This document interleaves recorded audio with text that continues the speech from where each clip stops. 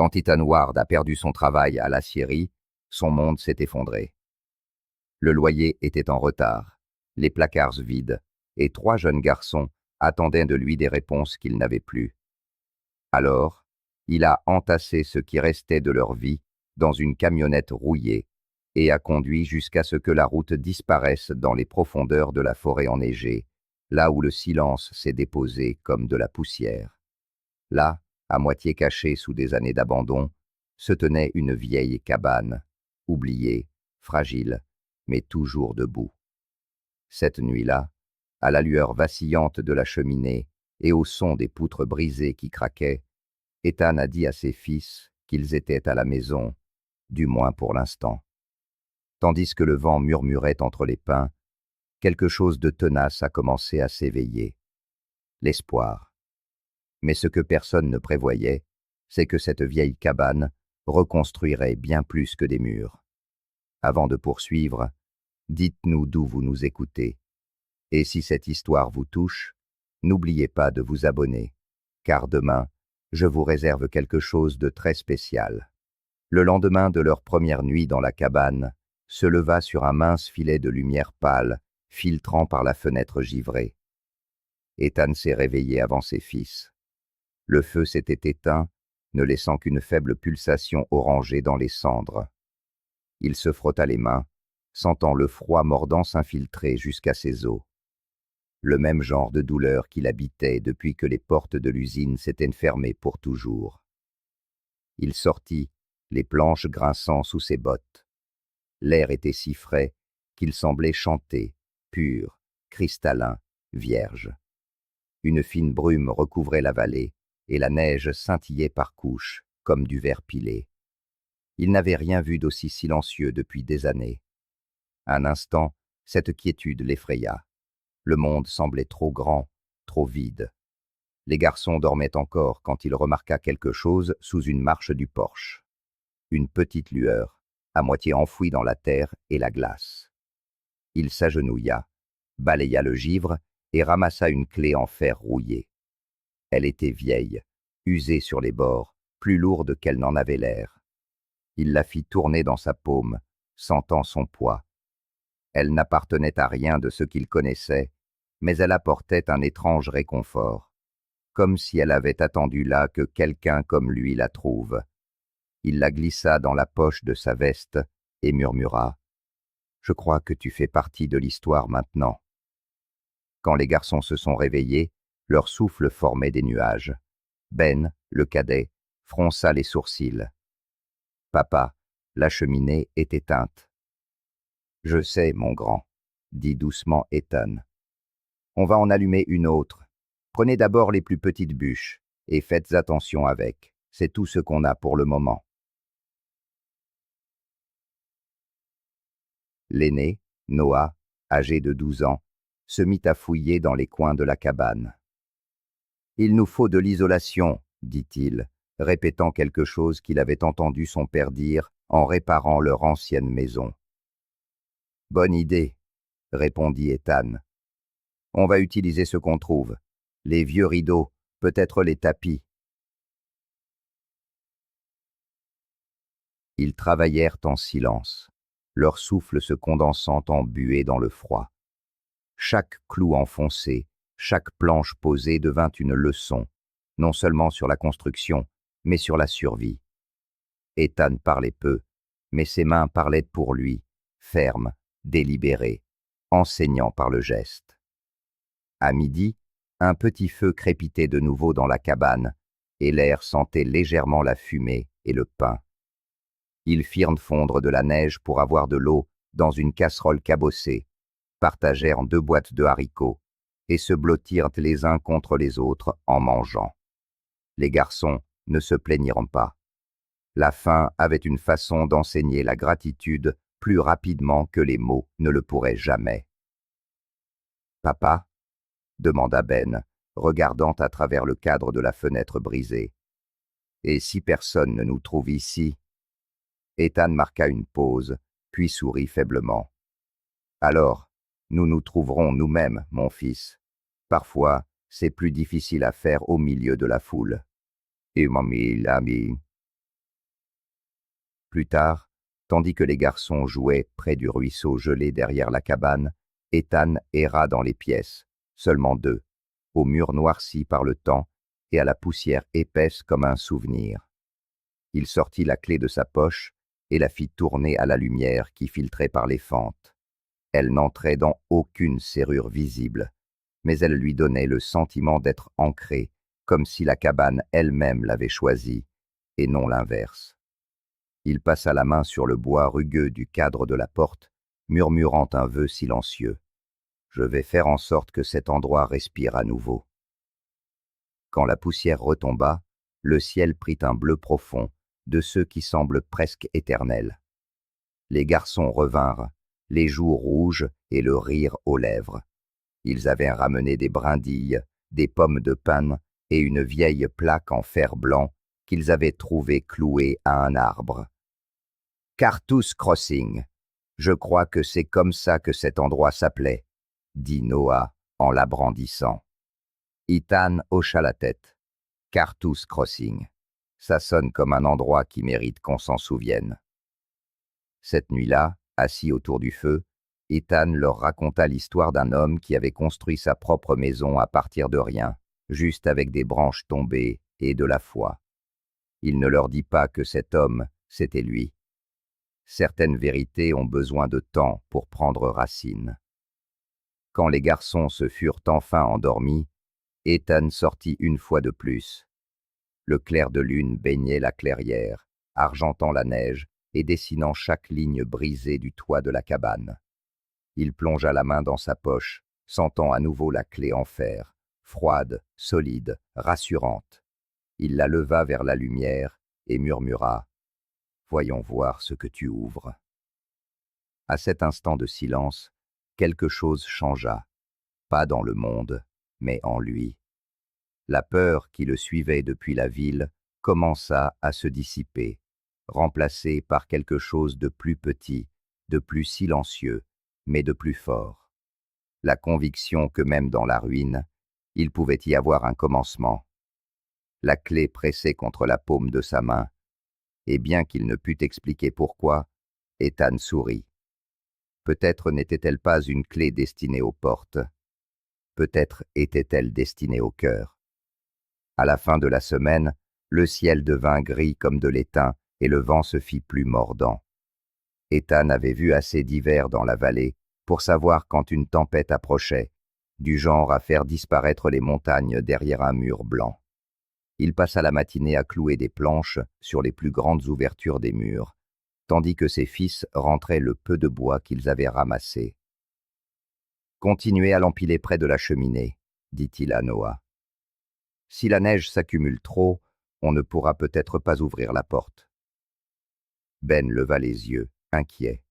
« Combien de temps durent les tempêtes comme ça? »« Assez longtemps, » répondit Ethan, « mais pas pour toujours. » L'après-midi, la forêt devint silencieuse. Pas d'oiseaux, pas de bruissement du vent, juste cette immobilité que la nature offre avant de déchaîner sa violence. Les premiers flocons tombèrent lentement, presque doucement, puis ils devinrent plus denses, obliques sous l'effet du vent. À l'intérieur, la lumière du foyer vacillait sur les murs comme un vieux souvenir. Ethan serra sa veste, regardant la porte. La clé rouillée était maintenant suspendue à un clou au-dessus de la cheminée, reflétant l'éclat des flammes. C'était devenu une partie de leur petit rituel. Chaque soir, avant que les garçons ne s'endorment, ils la touchaient comme la promesse que le lendemain viendrait. À mesure que la nuit avançait, le vent se mit à hurler. Le toit gémissait sous le poids de la neige. Ethan se tenait près de la fenêtre, regardant les congères monter le long des marches du porche. Les garçons étaient blottis près du feu, enroulés dans des couvertures, leurs visages à moitié éclairés. « Papa, » dit Noah à voix basse, « et si le toit cède? »« Alors on le réparera, » dit Ethan. Sa voix ne tremblait pas, même si ses mains étaient engourdies. « Comme on répare tout le reste. » Ben et Liam, le plus jeune, se rapprochèrent de lui. Il posa une main sur la tête de chacun. La cabane craqua de nouveau. Un son comme des eaux qui se tassent. Ethan prit une profonde inspiration et se dit que la peur n'était qu'une autre sorte de météo. Elle vient, elle passe, et ce qui compte, c'est la façon dont on l'affronte. Les heures s'écoulèrent lentement. Le feu faiblit. Il ajouta une bûche, puis une autre. Il compta les respirations des garçons tandis qu'ils s'endormaient d'un sommeil agité. Quand il fut certain qu'ils se reposaient, il s'assit à la table près de la fenêtre, contemplant la tempête.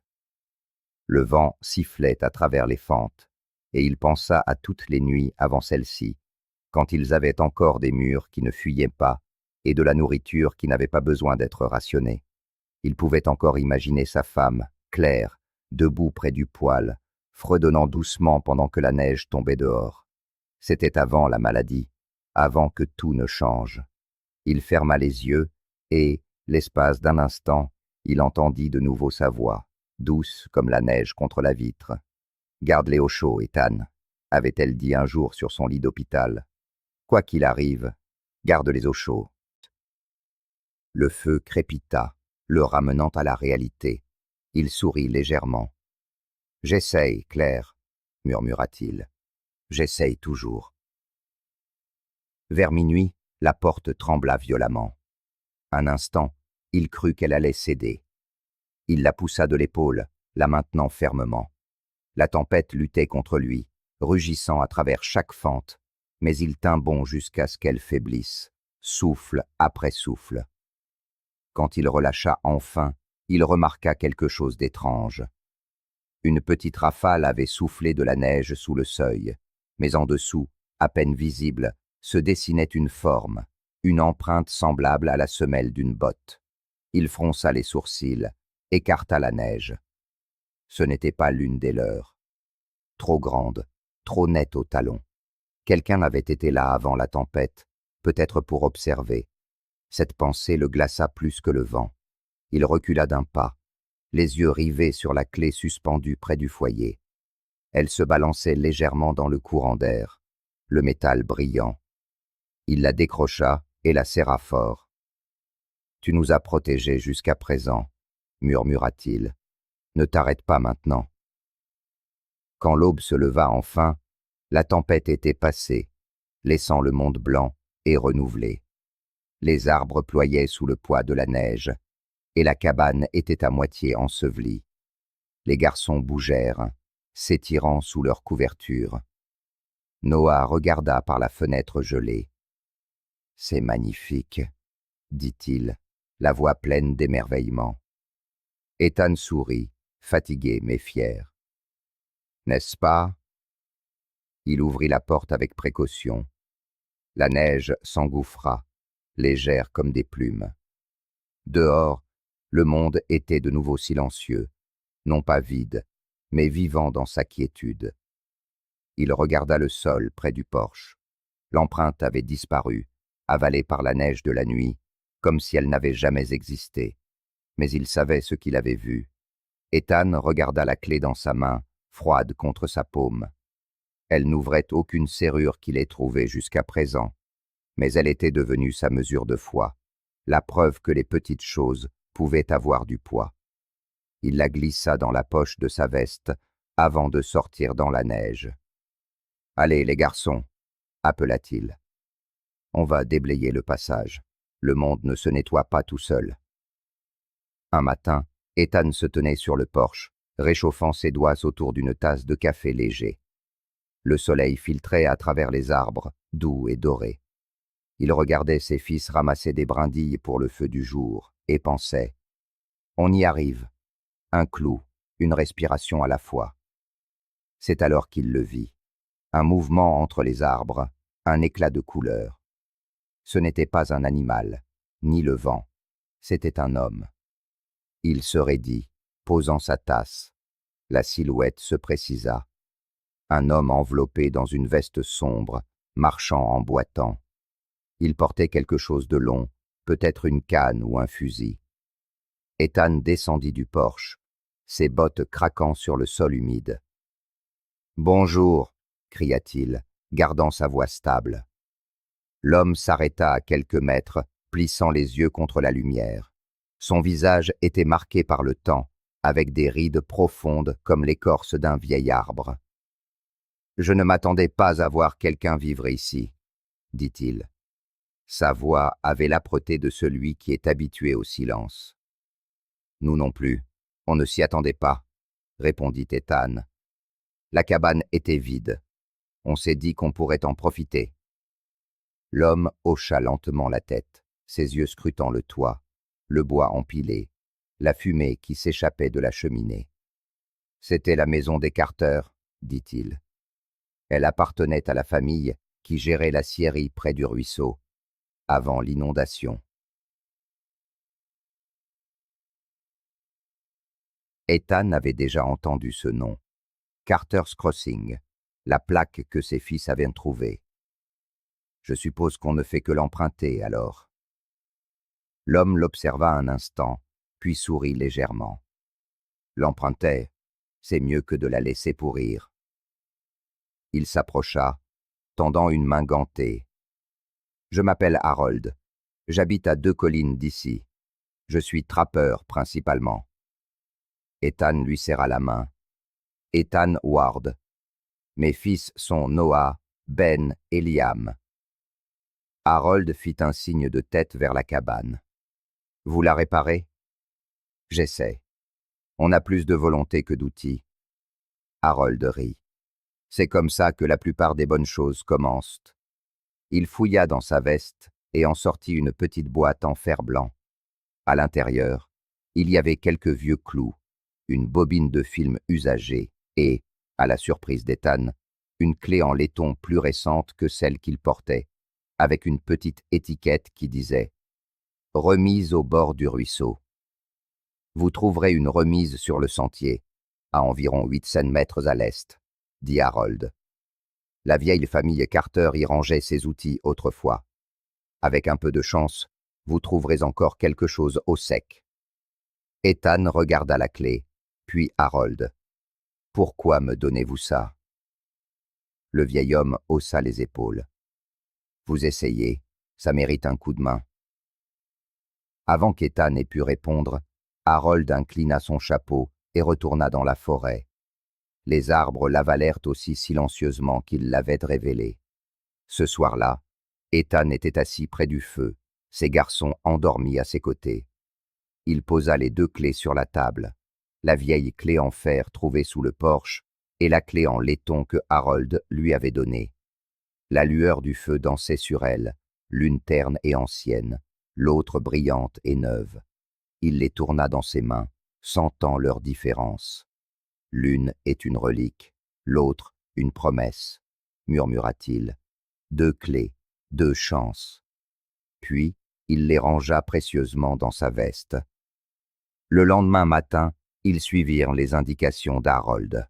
Le sentier serpentait à travers des pins denses et traversait un ruisseau étroit, à moitié gelé. Au bout d'une demi-heure, ils la trouvèrent. Une cabane penchée sur le côté, au toit affaissé, mais dont les murs tenaient encore bon. À l'intérieur, sous un plafond durci par le temps, ils découvrirent ce qui ressemblait à un trésor, un marteau, une scie, une poignée de clous, une corde enroulée et une lanterne encore pleine d'huile. Ben poussa un cri de joie.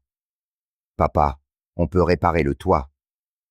Ethan se mit à rire, un rire profond et sincère, un son qui lui parut étrange après tant de mois de silence. « On dirait bien, les garçons, on dirait bien. Et on y a... transportèrent en ce qu'ils purent jusqu'à la cabane. Dans l'après-midi, le son des coups de marteau résonnait entre les arbres. Bois contre bois, dans un rythme régulier, comme un battement de cœur. L'endroit qui semblait si fragile paraissait maintenant vivant, pas parfait, mais déterminé. Ce soir-là, le travail terminé et la dernière lueur éteinte, Ethan se tint de nouveau sur le porche, les 2 clés dans la main. Il fit d'abord tourner celle en fer, froide, lourde, un symbole de leur point de départ. puis celle en laiton, légère, chaude, un signe de ce qui pourrait advenir. Il regarda ses fils à travers la porte. Noah apprenait à Ben comment planter un clou droit, et Liam fredonnait seul près de la cheminée. Ethan glissa les clés dans sa poche et murmura « Je crois que nous ne faisons plus que survivre. » Au-dessus de la cabane, la fumée s'élevait en un filet fin et constant, un signal pour qui voulait bien le voir que la vie était revenue à Carter's Crossing. Quelque part, au plus profond de la forêt, Harold observait la fumée et souriait pour lui-même. Bien qu'Ethan ne le sût pas encore, les 2 clés qu'il portait désormais ouvriraient bien plus que des portes dans les jours à venir. Le dégel arriva lentement, s'écoulant du rythme impatient de la veille. La neige recula centimètre par centimètre, révélant la terre humide et les ossements épars des feuilles de l'automne passé. À la mi-mars, le monde autour de la cabane n'était plus blanc, mais à nouveau brun et vert, les couleurs du renouveau. Ethan se levait avant l'aube chaque jour, nourrissant le feu, ravivant la vie à partir des cendres. Les garçons s'étaient habitués à la routine. Noah allait chercher l'eau au ruisseau. Ben fendait de petites bûches. Et Liam, du haut de ses 6 ans, ramassait des aiguilles de pin et des brindilles dans un petit seau en fer blanc. La cabane était loin d'être confortable, mais elle n'était plus désespérée. Chaque planche qu'il clouait, chaque trou qu'il colmatait, les rapprochait un peu plus de la stabilité. Pourtant, la nourriture se faisait rare. Les conserves étaient finies depuis des semaines et la chasse était infructueuse. Ethan rationnait la farine qu'il leur restait, la mélangeant avec de la neige fondue pour la faire durer. Un matin, alors qu'il pétrissait la pâte collante près du foyer, Noah demanda « C'est encore long avant qu'on puisse retourner en ville, papa ?» Ethan essuya ses mains sur son jean, regardant la pâte pâle monter et retomber sous ses doigts. « Quand nous aurons quelque chose à échanger, » répondit-il. « On ne peut pas juste prendre. »« Qu'est-ce qu'on peut échanger ?» demanda Ben. Ethan esquissa un sourire. « Ce que nous construisons. » Plus tard dans la journée, lui et les garçons transportèrent quelques objets faits main sur le sentier. Un banc de bois rudimentaire, une série de petits oiseaux que Ben avait sculptés, et un fagot de bois de chauffage solide, lié avec de la ficelle. Le chemin les mena à la route de terre, où, selon Harold, se trouvait l'ancien bureau de poste. Ce qu'ils trouvèrent était un petit hangar au bord de la route, à moitié délabré, mais toujours utilisé, une sorte de poste de traite locale. Un panneau peint à la main était accroché à l'extérieur. « Laissez quelque chose, prenez quelque chose. »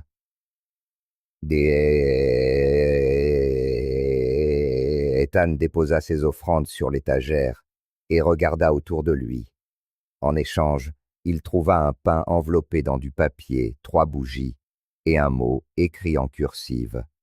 À celui qui répare la maison Carter, bon retour. Chaque maison mérite un cœur. Ethan plia soigneusement le billet et le mit dans sa poche, à côté de la clé de la cabane. Il ne savait pas qu'il avait écrit, mais les mots le touchèrent comme une chaleur. À leur retour, les garçons dévorèrent le pain, dont la vapeur s'échappait de la croûte. C'était un pain simple, dense, mais il avait le goût d'un festin. Liam sourit entre 2 miettes. « Ça a le goût du pain de la ville, » dit-il, comme si cela en faisait un mets royal. Ce soir-là, Ethan cloua le mot au-dessus de la cheminée, là où la vieille clé était suspendue. Il y avait maintenant 2 symboles, la clé et la lettre, 2 rappels qu'il n'était pas entièrement seul au monde. Après le dîner, il s'assit sur le porche, regardant la forêt s'assombrir. La dernière lumière caressait la vallée, touchant les arbres d'une lueur cuivrée. La fumée s'échappait de la cheminée, montant en spirale vers le ciel, emportant leur présence dans l'air silencieux. Quelque part, peut-être, serait-elle vue à nouveau. Harold apparut 2 nuits plus tard. Il apporta un petit sac de clous, une boîte de marque de café et un sourire qui atteignait ses yeux fatigués. « J'ai entendu dire que la ville parle de la maison des Carter, » dit-il. « On dirait que la fumée de votre cheminée a attiré plus d'attention que vous ne le pensez. » Et oh. Ethan rit doucement.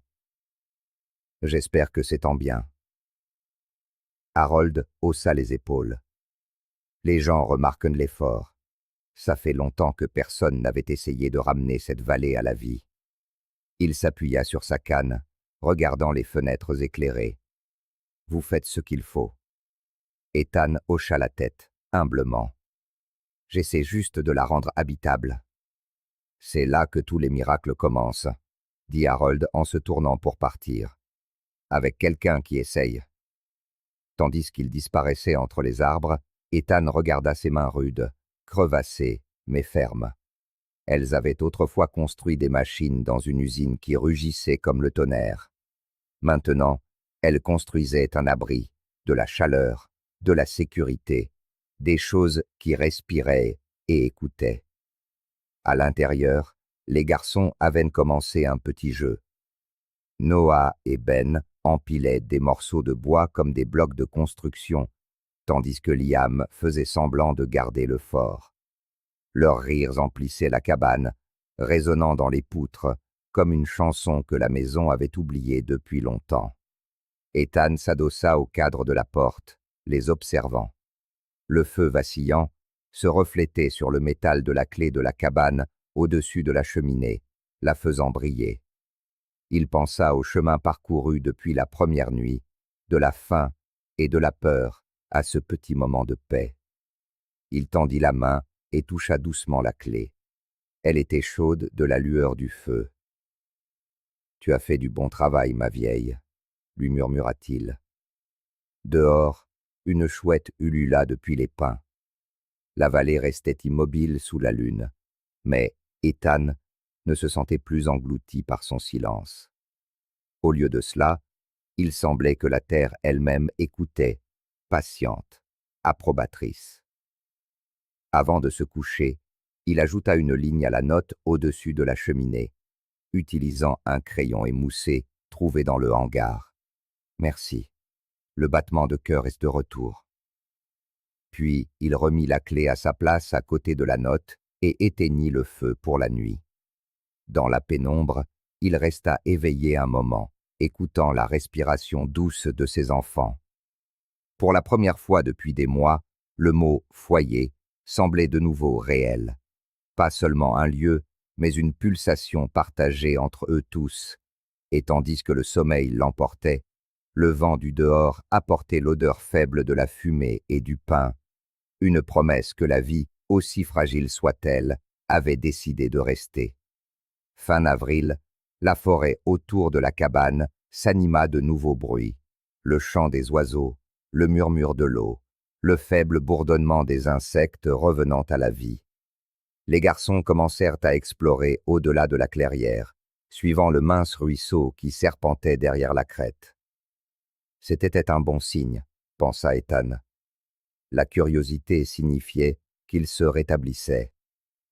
Il était en train de fendre du bois quand Noah revint en courant des arbres, à bout de souffle. « Papa !» cria-t-il. « Il y a quelqu'un près du ruisseau. » La main d'Ethan s'arrêta en plein mouvement.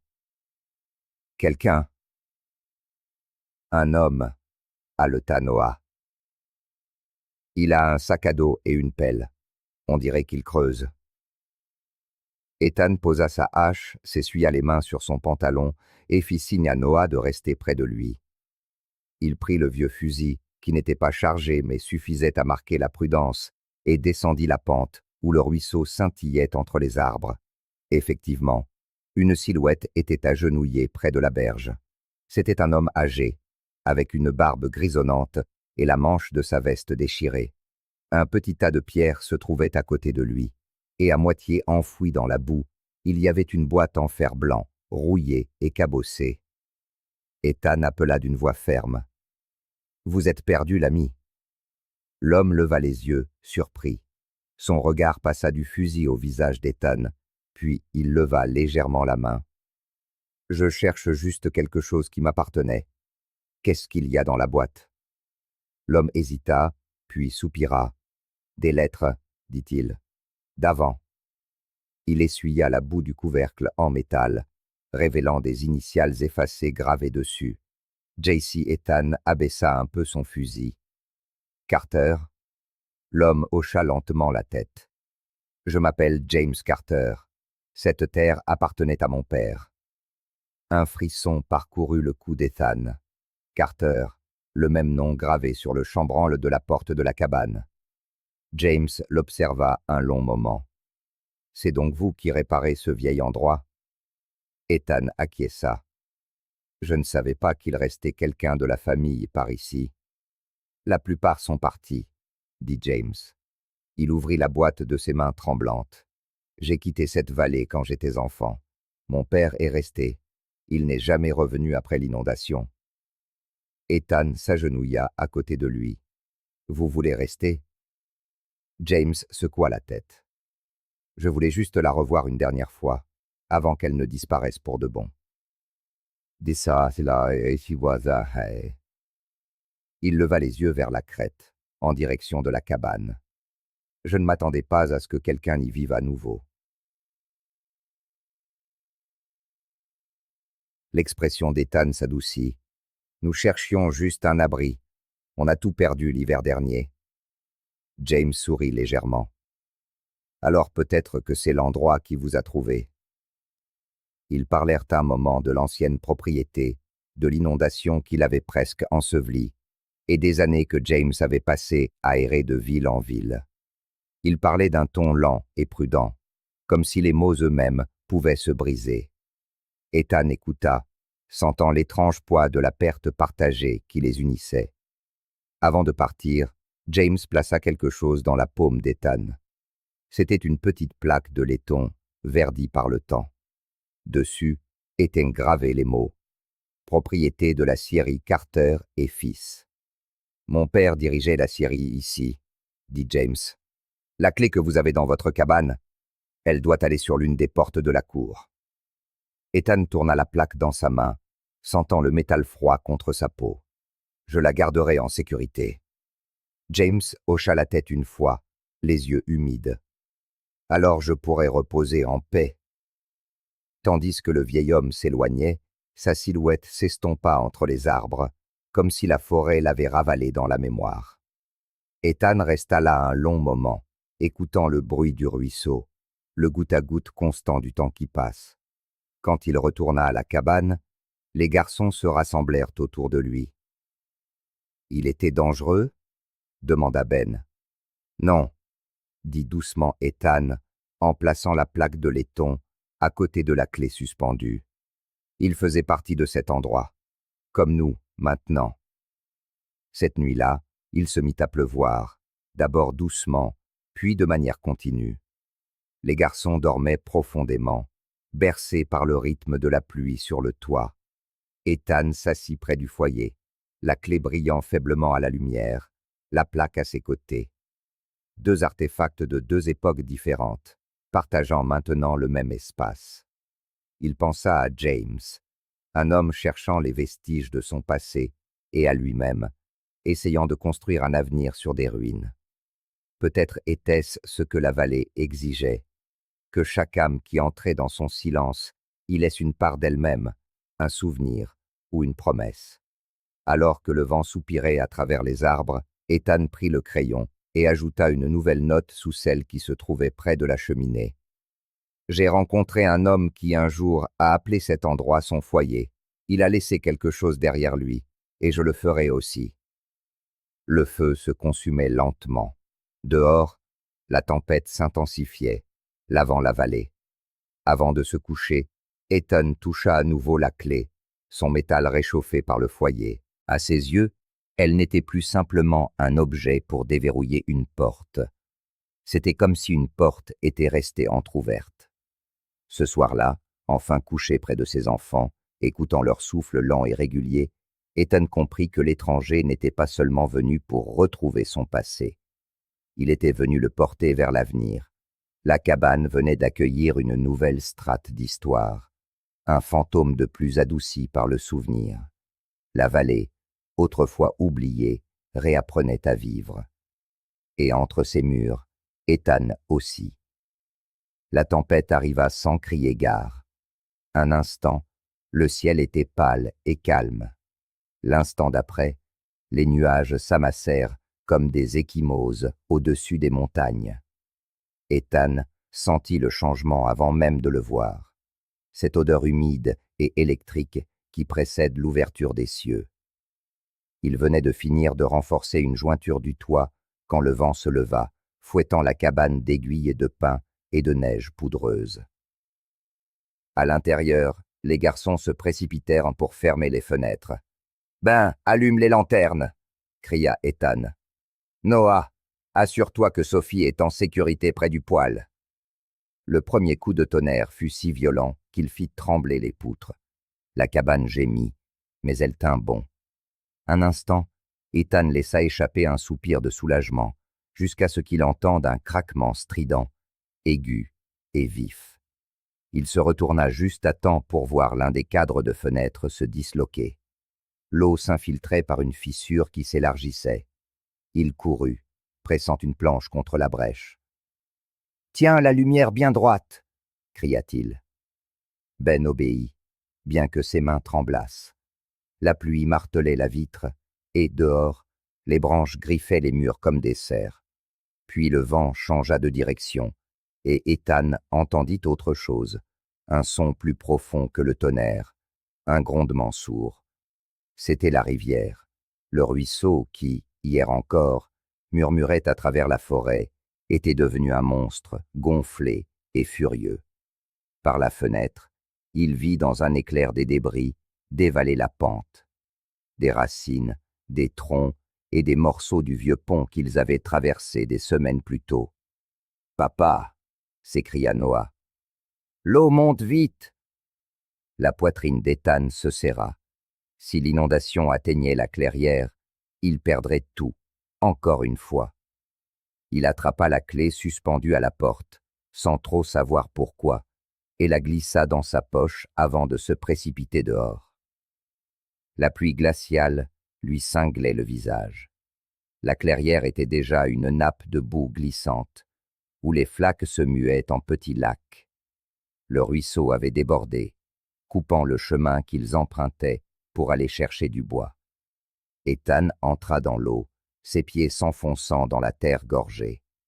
Il tira sur les sacs de sable qu'ils avaient disposés des semaines auparavant, tentant de renforcer le mur de rondins empilés. Ses bras le lançaient, mais il ne s'arrêta pas. Il ne pouvait pas s'arrêter. Derrière lui, la lumière de la lanterne de la cabane scintillait, une tache dorée dans le gris ambiant. À l'intérieur se trouvaient ses enfants, tout ce qui lui restait. Une voix perça la tempête. « Papa, attrape ça !» Noah arrivait en courant, traînant une longue planche de bois. Ensemble, ils l'enfoncèrent dans la boue pour dévier le courant. Ben et Sophie étaient à la fenêtre, criant des mots d'encouragement qu'ils peinaient à entendre par-dessus le vent. Pendant près d'une heure, ils luttèrent contre les eaux, trempés, grelottants, mais refusant de céder. Puis, lentement, le courant commença à faiblir. Leur barrière improvisée tenait bon. Quand Ethan rentra enfin, ruisselant et épuisé, les garçons se jetèrent dans ses bras. Il esquissa un faible sourire, essuyant la boue de son visage. « Ça va », murmura-t-il. « On a réussi. » Le feu était presque éteint, mais il le ranima avec le bois sec qui restait. La chaleur se propagea lentement, peignant de nouveau la pièce de reflets dorés. Il sortit la clé de sa poche, la faisant tourner entre ses doigts. Ben le remarqua. « Pourquoi tu as pris ça avec toi ?» demanda-t-il. Ethan la contempla un instant avant de répondre. « Je ne sais pas. Peut-être parce qu'elle rappelle que les choses n'ont pas besoin de rester brisées. » Ils s'assirent tous ensemble, la tempête rugissant au dehors, mais elle semblait désormais lointaine. Les garçons se blottirent contre lui, leurs têtes lourdes de sommeil. Plus tard cette nuit-là, alors que la pluie s'était calmée en un léger murmure, Ethan sortit de nouveau. L'air était vif, chargé de l'odeur des pins mouillés et de la terre. La lune perça les nuages, illuminant la vallée inondée en contrebas. Dans cette douce lumière argentée, il vit quelque chose briller au bord de l'eau, à moitié enfoui dans la boue. Il s'agenouilla pour le déterrer. C'était un vieux fer à cheval, tordu et rouillé. Il le nettoya et sourit légèrement. « Un peu de chance, » murmura-t-il. De retour à l'intérieur, il le suspendit au-dessus de la porte, à côté de la clé de la cabane. 2 morceaux de fer, l'un pour une survie passée, l'autre pour la chance dont ils auraient besoin pour continuer. Avant de se coucher, il écrivit une nouvelle ligne dans son carnet, près du feu. La tempête a essayé de nous emporter, mais peut-être que les tempêtes ne viennent pas pour détruire, peut-être viennent-elles pour nous montrer ce qui reste debout. Il referma le livre et tendit l'oreille. La cabane craqua doucement, comme pour lui répondre. Dehors, l'eau continuait de couler, plus calme maintenant, emportant avec elle des branches, des feuilles et les peurs de la veille. La forêt, blessée mais vivante, murmurait son lent pardon. Et pour la première fois depuis qu'il avait perdu son travail, Ethan n'avait plus l'impression d'être un homme fuyant son passé. Il avait l'impression d'être un homme en train d'en construire un. À la fin de l'hiver, la forêt était redevenue silencieuse. La tempête avait laissé les arbres nus et couvert les sentiers d'une épaisse couche de glace. Pendant des semaines, Ethan et ses enfants restèrent la plupart du temps à l'intérieur, partageant leur journée entre la réparation des fuites, la coupe du bois et les leçons à la lueur du feu. Par un après-midi gris, alors que les garçons faisaient leurs devoirs, Ethan entendit quelque chose d'inhabituel, le bruit faible de pas au dehors. Pas ceux d'un animal, ni le murmure du vent, mais la démarche mesurée d'un être humain. Il enfila sa veste et sortit sur le porche. Des flocons de neige tombaient entre les pins, aussi doux qu'un souffle. C'est alors qu'il la vit. Une silhouette avançait lentement le long de la crête, trébuchant à moitié, traînant quelque chose derrière elle. Ethan cria « Hé, tout va bien ?» Aucune réponse. La silhouette vacilla, puis s'effondra dans la neige. Ethan se mit à courir.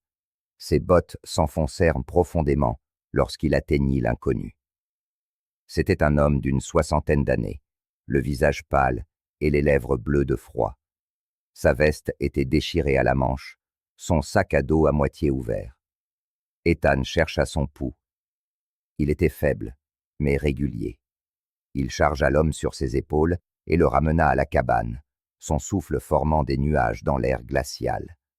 À l'intérieur, les enfants le regardèrent, alarmés. « C'est qui, papa ?» demanda Ben. « Quelqu'un qui a besoin d'aide, » répondit Ethan. « Allez chercher des couvertures, vite. » Ils enveloppèrent l'étranger près du feu, lui frictionnant les mains pour le réchauffer. Sophie apporta une tasse de bouillon et Noah attisa les flammes. Il fallut près d'1 heure avant que l'homme ne bouge, clignant faiblement des yeux. Sa voix sortit, rauque. « Je ne voulais pas vous déranger. » Ethan sourit légèrement. « Vous êtes en sécurité, c'est tout ce qui compte pour l'instant. » L'homme s'appelait Walter Grant. Il traversait la chaîne de montagnes lorsque la tempête s'était levée, à la recherche de l'ancienne tour de guet qu'il gardait dans sa jeunesse. « Je pensais pouvoir le faire une dernière fois, » dit-il avec un sourire timide. « Je crois que j'ai surestimé mes vieux os. » Ethan eut un petit rire. Ça arrive au meilleur. Les jours suivants, Walter resta pour reprendre des forces.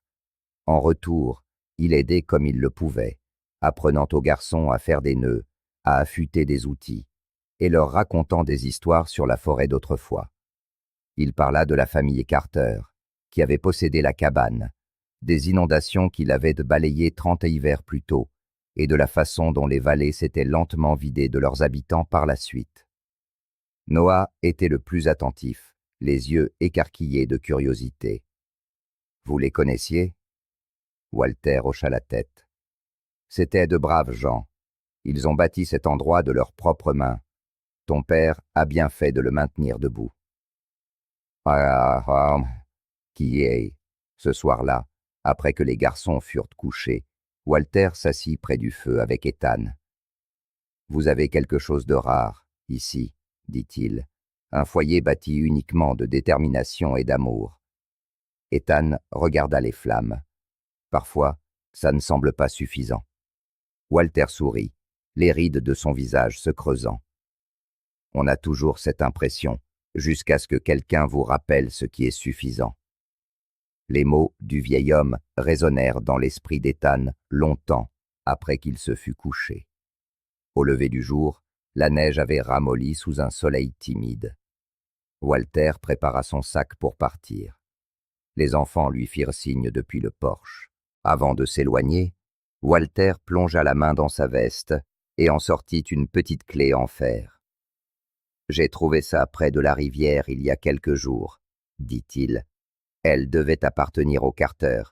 Il me semble juste qu'elle reste ici, maintenant. » Ethan fit tourner la clé dans sa main, surpris. Elle était presque identique à la leur, seulement plus neuve, moins corrodée, ses arêtes encore vives. Il la plaça à côté de l'original, sur le clou près de la porte. « 2 clés, dit Sophie. Une pour eux, une pour nous. » Ethan sourit. « C'est un peu ça. » Walter acquiesça d'un regard doux. « Vous faites du bon travail ici, Ethan. Continuez de construire, pas seulement des murs, mais une vie. » Allez. Sur ces mots, il tourna les talons et disparut dans la blancheur, sa silhouette s'estompant entre les arbres comme un souvenir emporté par le vent. Ce soir-là, les garçons se rassemblèrent de nouveau, tandis que le feu crépitait. Ethan observait les 2 clés, suspendues côte à côte. La plus ancienne avait survécu à la tempête, à l'inondation, à l'obscurité. La plus jeune brillait faiblement à la lueur du feu, promesse de ce qui était encore à venir. Il écrivit une nouvelle ligne dans son carnet. « Parfois, des étrangers arrivent quand le cœur est à court de foi, et ils laissent derrière eux de quoi le maintenir en vie. » Dehors, la neige tombait en silence, recouvrant ses pas, mais pas son chemin. Et dans cette petite cabane, sous le bourdonnement des pins et le murmure des flammes, 4 cœurs battaient à l'unisson, ne se contentant plus de survivre, mais commençant enfin à appartenir. Quand le printemps se mit à murmurer à travers les pins, la neige fondit, transformant la clairière en un patchwork de boue et de jeunes pousses vertes. Les oiseaux revinrent, timides d'abord, puis audacieux, emplissant l'air de chant que les garçons n'avaient pas entendu depuis leur arrivée. Un matin, Ethan se tenait dehors, regardant le brouillard se retirer de la vallée. L'air sentait la terre humide et la fumée de bois. Pour la première fois depuis des mois, il ressentit quelque chose qui ressemblait à la paix, une sensation fragile mais bien réelle. Noah et Ben se disputaient amicalement sur la manière de réparer une lame de plancher, tandis que Sophie fredonnait en arrangeant des fleurs sauvages dans un bocal fêlé. La cabane avait repris vie autour d'eux. Chaque clou, chaque mur rapiécé, chaque coup de pinceau portait un souvenir. Ethan sourit, but une gorgée de son gobelet en fer blanc et s'assit près de l'âtre. C'est alors qu'il remarqua quelque chose, coincé au fond de la vieille cheminée en pierre. D'abord, il crut que ce n'était que de la suie ou un morceau d'écorce. Mais en tendant la main, ses doigts touchèrent une surface lisse, pliée et rendue cassante par le temps. Il l'extirpa. C'était une enveloppe jaunie, aux bords cornés, scellée par une cire rouge délavée qui s'était depuis longtemps fissurée. Sur le devant, tracés d'une écriture délicate, ces quelques mots. À celui qui trouvera cette maison. Le cœur d'Ethan s'arrêta un instant. Il tourna l'enveloppe entre ses mains. La cire s'effrita doucement sous son pouce. Lorsqu'il l'ouvrit, une odeur de cendre et de pain s'éleva, le parfum des années passées. La lettre à l'intérieur était rédigée d'une écriture cursive. Si vous avez trouvé ceci, alors cette cabane a repris vie. Nous l'avons construite au printemps 1954, à la naissance de notre fille. Nous avons ri ici, nous avons pleuré ici, et nous avons affronté des hivers qui ont failli nous emporter. Mais ce qui a maintenu ces murs debout, ce n'était pas la force, c'était l'amour. Si le monde vous a mené jusqu'ici, c'est que vous aussi, vous avez perdu quelque chose. Ne le fuyez pas. Bâtissez avec. Que chaque coup de marteau soit une prière, chaque planche une promesse. Cet endroit a un cœur. Faites-le battre. Le papier tremblait dans ses mains. Il leva les yeux vers la cheminée, imaginant la famille qui s'était autrefois assise devant, leur rire résonnant entre ces mêmes murs. Ben jeta un coup d'œil par-dessus son épaule. « C'est quoi, papa ?» Ethan sourit légèrement. « Un message des gens qui étaient là avant nous. » Noah se pencha. « Et qu'est-ce qu'il dit ?» Ethan lut la lettre à voix haute. Le silence se fit dans la pièce. Même le feu semblait s'être tu, comme s'il écoutait. Quand il eut terminé, Sophie murmura. « Il nous ressemble. » Ethan hocha lentement la tête. « Peut-être bien. » Il replia soigneusement la lettre et la remit dans son enveloppe. Puis, son regard se posa sur le clou près de la porte, où les 2 clés étaient suspendues. Sans un mot, il y glissa l'enveloppe, juste derrière les clés. 3 générations de survivants, désormais réunis, les Carter, les Ward, et le fil silencieux qui les reliait. Cet après-midi-là, les garçons travaillèrent plus dur que jamais. Ils construisirent une petite boîte en bois pour y conserver leurs souvenirs. La lettre, la clé de rechange et un galet lisse de la rivière que Sophie avait peint d'un cœur rouge vif. Sur le couvercle, avec son couteau de poche, Noah grava 4 mots pour ceux qui viendraient après. Ce soir-là, Ethan s'assit de nouveau près de l'âtre, la lueur vacillante des flammes projetant sur le mur l'ombre des lettres. Il songea à ce que les Carter avaient dû ressentir en partant. Peut-être effrayés, peut-être pleins d'espoir, mais ils ont laissé quelque chose derrière eux. Pas seulement des mots, mais un esprit, murmura-t-il, s'adressant presque à la pièce elle-même. Tu n'es plus seulement un toit au-dessus de nos têtes, n'est-ce pas? La cabane craqua doucement en réponse. Plus tard, après que les garçons se furent endormis, Ethan ouvrit son carnet usé. Son écriture s'était affermie depuis la tempête. Il écrivit « Un foyer ne se trouve pas, il se remémore. Ceux qui nous ont précédés le savaient. C'est peut-être pour cela que cette cabane a attendu si longtemps pour rappeler à quelqu'un comme moi que l'amour ne meurt pas lorsqu'un lieu devient silencieux. Il attend simplement d'être à nouveau entendu. » Il referma le carnet, s'adossa et laissa la chaleur de la cheminée l'envelopper. Dehors, l'air nocturne sentait la terre qui dégèle et la résine de pin.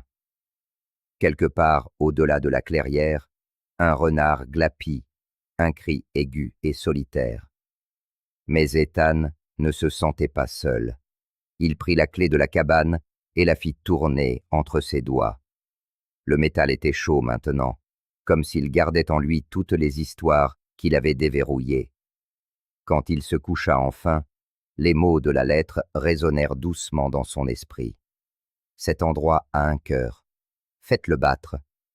Il sourit dans le noir. Nous le ferons, murmura-t-il. Et la cabane, silencieuse et attentive, sembla lui rendre son souffle. Le printemps arriva doucement cette année-là, baignant la vallée de verre. Des parterres de fleurs sauvages jaillirent là où la neige avait été épaisse, et le son de l'eau courante emplit de nouveau l'air. La cabane respirait plus aisément. Le toit ne fuyait plus. Les fenêtres laissaient entrer la douce lumière du matin.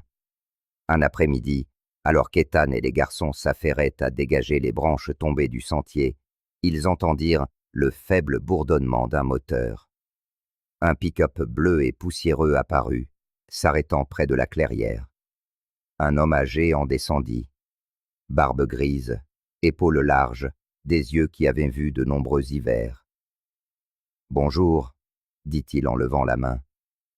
J'ai entendu dire que quelqu'un donnait une seconde chance à la vieille cabane. » Ethan hocha la tête, méfiant. « C'est nous. » L'homme sourit. « Vous devez être de la ville. Je m'appelle Harold, charpentier, bricoleur et historien non officiel de ces collines. Je me suis dit que j'allais venir voir par moi-même. » Ethan l'invita à entrer, lui offrant un café réchauffé sur le feu. Harold pénétra à l'intérieur, ses yeux scrutant les murs reconstruits, les poutres réparées, les étagères faites à la main. Il siffla doucement. « Vous avez fait tout ça tout seul ?» Ethan haussa les épaules. « Les garçons et moi, on a appris sur le tas. » Harold rit, s'asseyant sur une chaise. « C'est en meilleur état que la dernière fois que je l'ai vu. À l'époque, il aurait suffi d'une bonne rafale de vent pour la faire s'écrouler. » Noah s'anima. « Vous connaissiez les Carter, vous aussi ?»« Bien sûr, » dit Harold avec un léger sourire. « J'ai aidé le vieux Frank Carter à poser la première pierre de fondation quand j'avais à peu près ton âge. Il disait toujours, « Une maison ne tient pas debout grâce au bois ou au clou. Elle tient parce que quelqu'un veut qu'elle tienne. » Le regard d'Ethan se posa sur la lettre au-dessus de la porte. On dirait qu'ils le veulent toujours. Harold suivit son regard et acquiesça, reconnaissant le pli soigné du papier. « Alors vous l'avez trouvé, hein? Je suppose que la lettre a rempli sa mission. » Ethan sourit doucement. « Elle a entretenu notre flamme quand tout semblait sombre. » L'après-midi se prolongea en soirée, tandis qu'ils discutaient du grain du bois, des schémas du vent et de la façon dont les cabanes de montagne devaient respirer avec le temps. Harold raconta que chaque maison construite dans cette vallée avait ses propres bizarreries, comment certaines craquaient avant une tempête et d'autres murmuraient au changement des saisons. Il sortit et regarda le porche. « Cette balançoire a connu des jours meilleurs, » dit-il. « Et si je vous en fabriquais une nouvelle? Mes mains ont besoin d'un bon projet. » Ethan hésita. « Vous ne nous devez pas ça. » Harold sourit. « Je ne te dois rien, mon garçon. C'est à la maison que je le dois. » Il revint 3 jours plus tard avec des planches de cèdre, de la corde et une petite boîte en bois. Ensemble, ils travaillèrent toute la matinée, lissant les bords, faisant des nœuds, mesurant l'équilibre. Les garçons aidèrent aussi, fiers de chaque clou qu'ils parvenaient à planter droit. Une fois terminée, la balançoire était suspendue aux mêmes chaînes que toujours, se balançant doucement dans la brise montagnarde. Le cèdre dégageait une odeur propre et douce. Sophie monta la première, riant, tandis que la balançoire l'emportait d'avant en arrière. Ethan observait depuis les marches, la gorge nouée. « Vous n'avez pas seulement construit une balançoire, » dit-il doucement. « Vous avez rendu leur enfance à mes enfants. » Ya. Harold sourit, tendant à Ethan la petite boîte en bois. « Et encore une chose. » À l'intérieur se trouvait une clé faite à la main, sculptée dans de l'érable, lisse au toucher, avec une boucle de corde au bout. « Pour la chance, » dit Harold. « Toute vraie maison en a besoin d'une. » Ethan la fit tourner dans sa main, sentant les veines du bois sous son pouce. Elle n'était pas en métal, mais semblait en quelque sorte plus lourde, une clé qui n'ouvrait pas les portes, mais les cœurs. Ce soir-là, après le départ d'Harold, Ethan rassembla ses enfants autour de la cheminée. Celle-ci, dit-il en brandissant la clé en bois, sera accrochée entre les deux autres. Ben fronça les sourcils, pensif. Elle sert à quoi? Ethan sourit. Elle sert pour demain. Il l'accrocha entre la clé rouillée de la cabane et la plus neuve que Walter leur avait donnée. 3 clés, le passé, le présent et ce qui est à venir. Quand les garçons furent couchés, Ethan s'assit seul dehors, les étoiles brillant au-dessus de la crête. Il pensa que chaque homme qui avait frappé à sa porte, Walter, Harold, avait laissé quelque chose derrière lui. Pas la charité, ni la pitié, mais des morceaux d'eux-mêmes. Il leva les yeux au ciel. La voie lactée s'étalait sur les sommets sombres. On bâtit un foyer, murmura-t-il, et, d'une manière ou d'une autre, il commence à vous bâtir de l'intérieur. La clé en bois se balançait doucement contre ses sœurs, s'entrechoquant de temps en temps, un battement de cœur silencieux au rythme des craquements de la cabane et de la respiration de la forêt. Avant de se coucher, Ethan ouvrit une nouvelle fois son carnet et écrivit « Il y a des hommes qui construisent des maisons, et il y a des hommes qui construisent un sentiment d'appartenance. Les uns utilisent des clous, les autres le temps. » Il ferma le livre. Le feu se consumait en braise. La clé brillait encore faiblement dans la lueur. Une promesse que demain, tout comme la cabane, il serait un peu plus fort. Au cœur de l'été, la cabane avait trouvé son rythme. La lumière du matin filtrait par la fenêtre est, capturant les particules de poussière en suspension comme de la poudre d'or dans l'eau. Le feu de camp fumait doucement à l'extérieur, et une odeur de pain et de grains de café torréfiés emplissait l'air. Ethan était assis à table, passant ses doigts sur le grain lisse de la boîte en bois du charpentier. Harold l'avait laissé derrière lui après avoir installé la balançoire, en disant « Toute maison a besoin d'un endroit pour ranger ses jours. » Au début, Ethan n'avait pas compris, mais dernièrement, il la remplissait sans même y penser. À l'intérieur, il y avait des choses qui ne semblaient pas avoir beaucoup de valeur. Un bouton de la vieille veste de Noah, un hameçon cassé, une feuille que Sophie avait peinte en bleu et un clou rouillé de la poutre d'origine du porche. Mais pour Ethan, chacun de ces objets portait une histoire, un moment digne d'être rappelé. Ce matin-là, alors qu'il soulevait à nouveau le couvercle, Sophie s'approcha pieds nus. « Papa, qu'est-ce que tu fais » demanda-t-elle. « Notre boîte des jours, » répondit-il doucement. « Je peux ajouter quelque chose » demanda-t-elle, tenant une petite pierre plate avec un trou au milieu. « C'est une pierre porte-bonheur que j'ai trouvée dans le ruisseau. » Il sourit et hocha la tête. « Alors, sa place est ici. » Elle la déposa délicatement à l'intérieur comme s'il s'agissait d'un trésor et referma le couvercle à 2 mains. Voilà, maintenant elle est en sécurité. Ben se pencha à la fenêtre. Si on continue à mettre des choses dedans, il va nous falloir une plus grande boîte. Ethan rit. Alors peut-être qu'un jour, on construira un coffre, un vrai. L'idée flotta dans l'air. Plus tard dans la semaine, quand les garçons eurent fini de couper du bois, ils se mirent à esquisser des plans sur un bout de papier. Des lignes inégales, des coins tordus, une imagination fertile. Mais c'était quelque chose qu'ils pouvaient construire ensemble, pièce par pièce. En fin d'après-midi, Ethan emporta la boîte en bois à l'extérieur. Il s'assit sur les marches tandis que les garçons jouaient à chat près de la balançoire. Le son de leur rire résonnait entre les arbres, une chose qui avait manqué depuis si longtemps. Il tourna la boîte dans ses mains et remarqua de faibles initiales gravées sur le fond. H.C. Harold Carter. Soudain, il comprit. La boîte n'était pas faite de bois neuf. Elle avait été réutilisée à partir de quelque chose de plus ancien, peut-être une partie de la cabane d'origine elle-même. Cette pensée lui inspira un frisson de respect. C'était comme si le passé avait choisi de rester, pour lui rappeler que même en reconstruisant, il ne partait pas de zéro. Cette nuit-là, une tempête arriva du nord. Le vent hurlait, la pluie martelait le toit, et le tonnerre grondait dans la vallée.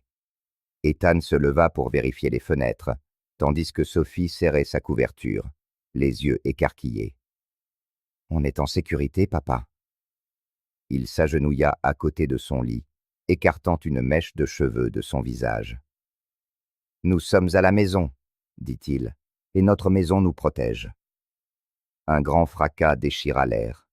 La balançoire s'était détachée de sa corde, heurtant le porche. Ethan courut pieds nus sous la pluie, la traînant à l'intérieur avant qu'elle ne soit emportée par le vent. Il la posa près de la cheminée pour qu'elle sèche, ses vêtements trempés. Plus tard, quand la tempête se calma, les enfants sortirent de leur lit et le rejoignirent. La boîte en bois était sur la table, brillant faiblement à la lueur de la lanterne. Ben l'ouvrit, et ils commencèrent à y ajouter des morceaux de la tempête. Une brindille soufflée par la porte, un bout de corde mouillée, une plume emportée par le vent. Noah murmura. Peut-être que ça nous rappellera que même les tempêtes finissent par passer. Ethan sourit légèrement. C'est exactement à ça que ça sert. Le lendemain matin, le soleil brillait, vif et clair. La vallée était couverte de brume. Le pick-up de Harold apparut une fois de plus sur la crête. Il sortit lentement, boitant un peu à cause de son âge. « Je suis venu voir si la vieille bicoque a tenu le coup, » dit-il en regardant la cabane. « Elle a tenu, » répondit Ethan. « Elle est plus solide qu'elle n'en a l'air. » Les yeux d'Harold se fixèrent sur la balançoire cassée à l'intérieur. « Ah, mais elle en a pris un coup. »« Elle se balancera de nouveau, » dit Ethan. « Nous allons la réparer. » Harold hocha la tête, puis remarqua la boîte. « Tu t'en sers ?» Ethan souleva le couvercle. Harold se pencha, voyant les fragments de mémoire à l'intérieur. Son expression s'adoucit. « Eh bien, ça alors, c'est exactement comme ça que Frank Carter l'utilisait. À chaque saison, il gardait quelque chose, un clou, une feuille, même une vieille pipe, dont il disait un jour qu'elle l'aidait à se souvenir de ce que la maison lui avait coûté et de ce qu'elle lui avait rendu. » Ethan sourit. « Je crois qu'on perpétue la tradition. » Harold tendit la main, plaçant une pièce de monnaie sur le tas, une vieille pièce d'argent usée. « Alors, ajoute ça, le salaire de mes premiers jours sur ce chantier. » Et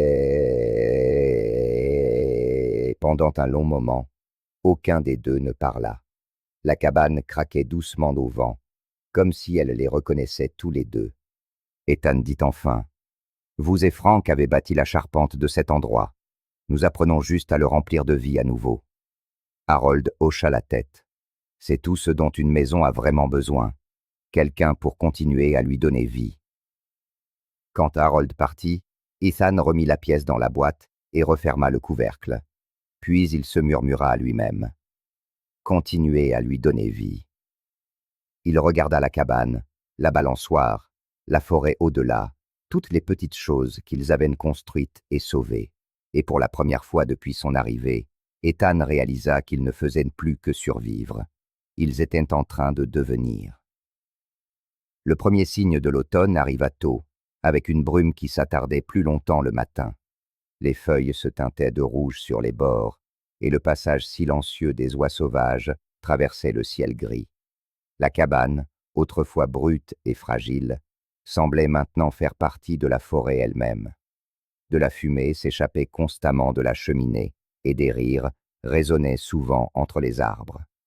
Par une matinée fraîche, Ethan et ses enfants transportaient des seaux d'eau depuis le ruisseau quand Noah s'arrêta. « Papa, regarde, il y a quelqu'un là-bas. » Ethan se redressa. plissant les yeux vers le coude où l'eau coulait derrière les rochers. Un homme était à moitié agenouillé, lavant quelque chose de sombre sur son bras. Il était grand, mince, et portait des vêtements déchirés. Quand il leva les yeux, son visage portait la fatigue de 1000 kilomètres difficiles. Ethan posa lentement son seau. « Restez derrière moi, les enfants. » L'homme leva les deux mains en signe de reddition. « Je ne cherche pas d'ennui, » dit-il d'une voix rauque. « Je ne fais que passer. J'avais besoin d'eau. » Ethan l'observa. Ses vêtements étaient ceux d'un citadin, pas d'un montagnard. « Tu es loin de toute route, » dit Ethan prudemment. « Je sais, » répondit l'homme. « Je me suis perdu. Je marche depuis hier. » Quelque chose dans le ton de sa voix, un désespoir sans artifice, adoucit la méfiance d'Ethan. Il désigna la cabane du doigt. « Vous avez l'air affamé. Entrez vous réchauffer. » L'homme hésita, puis hocha la tête. À l'intérieur, Sophie jeta un coup d'œil derrière la table tandis qu'Ethan servait le café. L'inconnu s'assit près de la cheminée, tendant les mains vers la chaleur. Son bras gauche était enveloppé dans un bandage taché. « Je m'appelle Miles, » dit-il finalement. « Je travaillais sur un chantier à Bellidge. Les choses ont mal tourné. Je suis sur la route depuis. » Ben, curieux mais méfiant, demanda. « Vous avez des enfants ?» Miles secoua la tête. « J'avais quelqu'un. Je crois qu'elle s'est lassée d'attendre. » Le silence pesa lourdement un instant. Puis Ethan dit. « Tu peux te reposer ici un moment. Nous savons ce que c'est que de tout perdre. »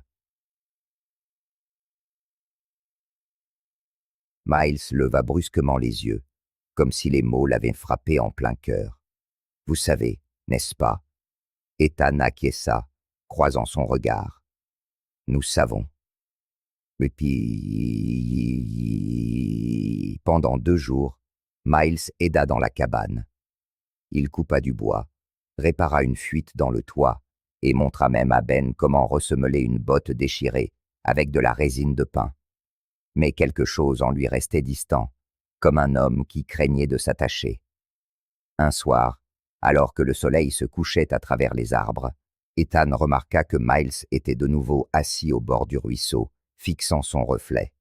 La boîte en bois était à côté de lui, ouverte. Ethan s'approcha en silence. « Tu cherches quelque chose ?» Miles désigna les objets dans la boîte. « Ça, est-ce que tout ça a un sens pour toi ?» « Oui, » dit Ethan.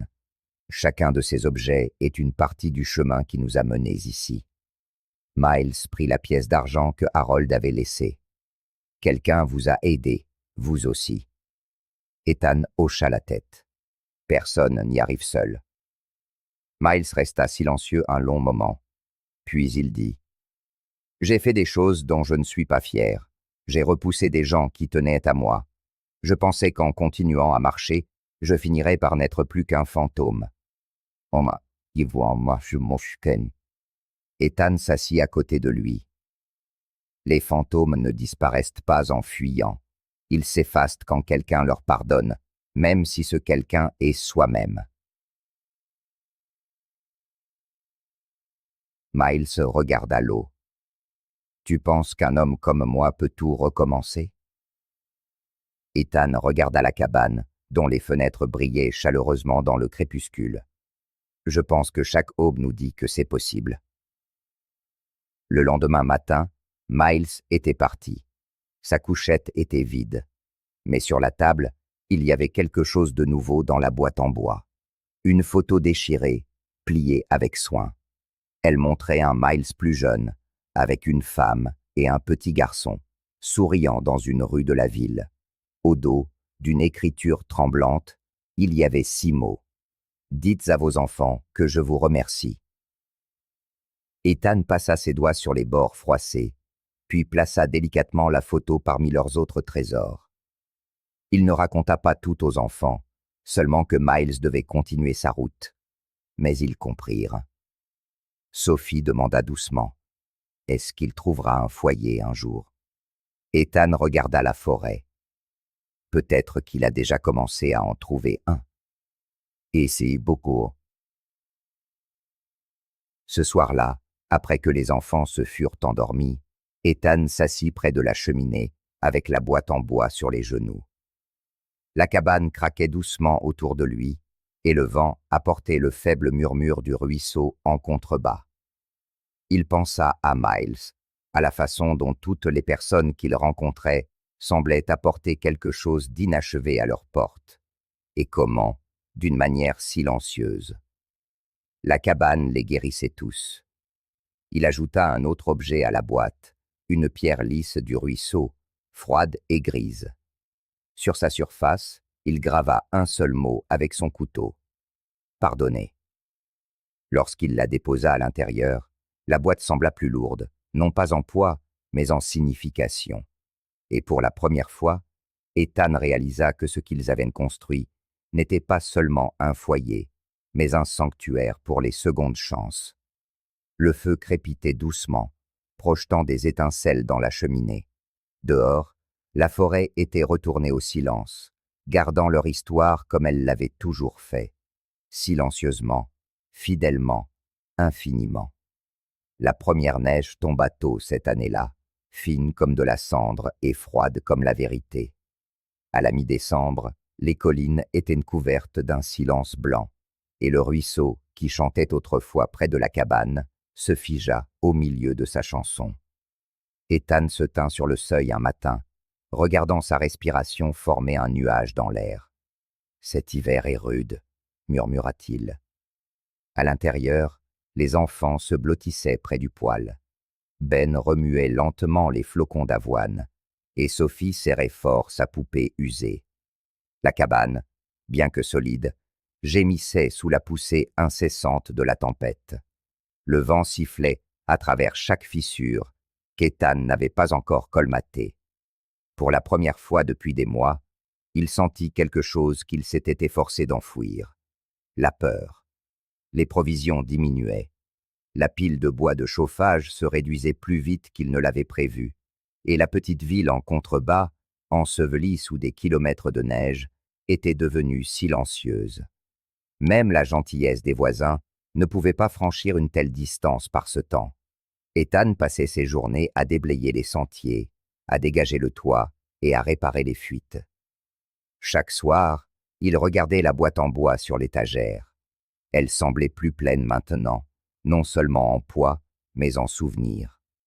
La photo de Miles reposait sur le dessus, à côté de la pièce d'argent, du premier clou de charpentier et du petit oiseau en bois que Sophie avait sculpté au printemps. Chaque pièce lui rappelait pourquoi il ne pouvait pas abandonner.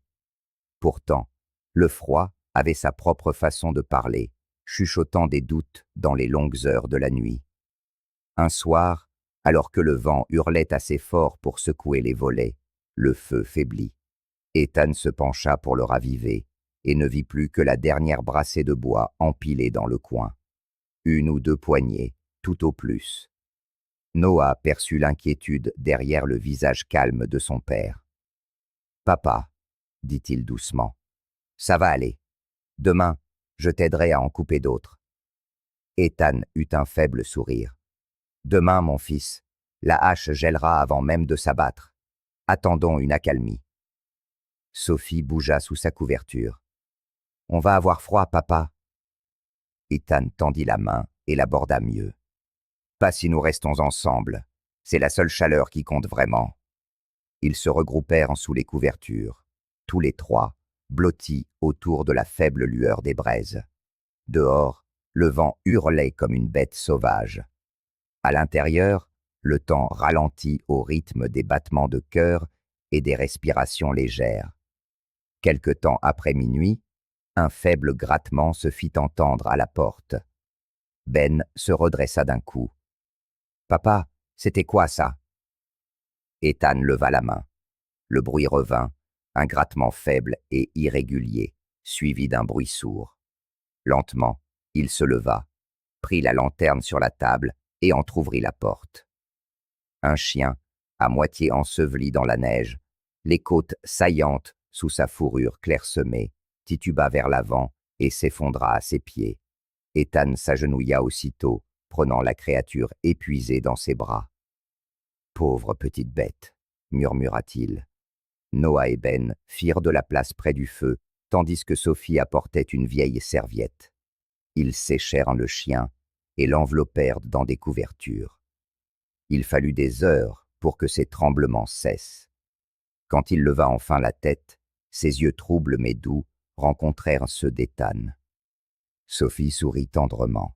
« On peut le garder. » Ethan hésita, puis acquiesça. « S'il veut bien rester, on l'appellera Rusty. » Les jours se confondirent. La tempête ne montrait aucun signe de faiblesse. Ethan rationna la nourriture qu'ils avaient, donnant sa propre part aux chiens quand les enfants ne regardaient pas. Rusty, en retour, montait la garde près de la porte, attentif au moindre son au-delà des murs. Un matin, alors que l'aube peinait à percer les nuages gris, Rusty se mit à aboyer sèchement. Ethan sortit et vit un faible filet de fumée s'élever de la crête au-delà du ruisseau. Il y avait quelqu'un d'autre. Laissant Noah responsable, Ethan suivit le ruisseau gelé, son souffle formant des nuages blancs dans l'air glacial. Après une heure de marche pénible dans une neige jusqu'à la taille, il trouva la source, un camion accidenté, à moitié enfoui sous la glace. Le chauffeur était affalé à l'intérieur. L'homme était encore en vie, mais de justesse. Ethan força la portière et le tira dehors, l'enveloppant dans son propre manteau. De retour à la cabane, les enfants s'activèrent sans poser de questions. Ils firent chauffer de l'eau, préparèrent une place près de la cheminée et attendirent. L'homme, un chauffeur-livreur local, finit par se réveiller. Il s'appelait Gary. Il était resté coincé après la fermeture du col de montagne, survivant 3 jours avec de la neige fondue. Quand il réalisa où il était, il murmura. « Je ne pensais pas que quelqu'un vivait si haut. » Ethan sourit légèrement. La plupart des gens non plus. Ah. Pendant 2 semaines, Gary reprit des forces. En échange de leur gentillesse, il partagea ses dernières provisions et promit d'envoyer de l'aide dès que les routes seraient dégagées. Quand le dégel arriva enfin, Gary tint parole. Un camion arriva avec des couvertures, des conserves et du bois de chauffage. Des cadeaux des habitants de la ville qui avaient autrefois oublié Ethan Ward. Ce soir-là, Ethan plaça le vieux collier de Rusty dans la boîte en bois. Le chien, maintenant de nouveau robuste, était couché près de la cheminée, content. Le collier leur rappellerait à tous que parfois, le salut frappe à votre porte quand on s'y attend le moins.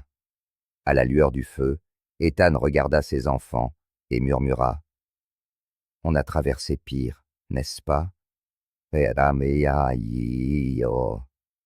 Ben hocha la tête, somnolent. « Je suppose que l'hiver ne dure jamais éternellement. » Ethan sourit, d'une voix basse et assurée. « Non, il nous apprend seulement à nous serrer les coudes plus fort en attendant le printemps. » Dehors, la tempête commençait à s'apaiser. Le printemps arriva tard cette année-là. La montagne fondit lentement, comme si elle hésitait à abandonner son long silence. Les ruisseaux se gonflèrent d'une eau froide et limpide, et l'air sentait la sève de pin et la terre humide. La cabane craquait moins sous le vent maintenant, ses rondins secs et solides. Ethan commença à reconstruire le porche, martelant avec ce même rythme régulier qui en était venu à définir sa vie ici. Un après-midi, Sophie et Ben jouaient près du bord du ruisseau, quand elle s'écria « Papa, il y a quelque chose dans la neige !» Ethan se retourna.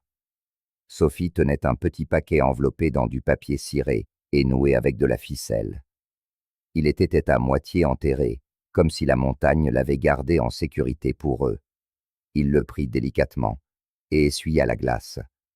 À l'intérieur se trouvait une lettre pliée, scellée d'un cachet délavé.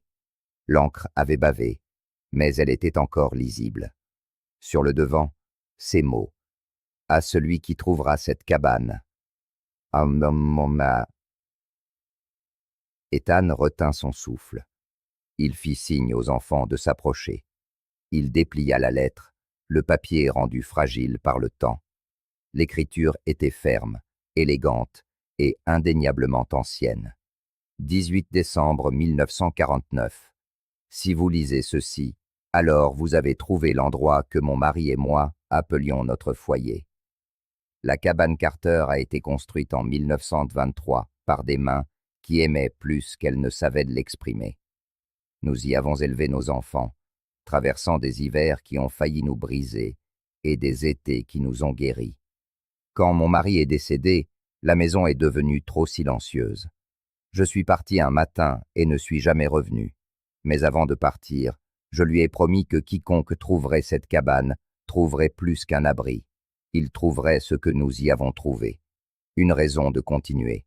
Si vous êtes ici, je crois que vous en aviez besoin autant que nous.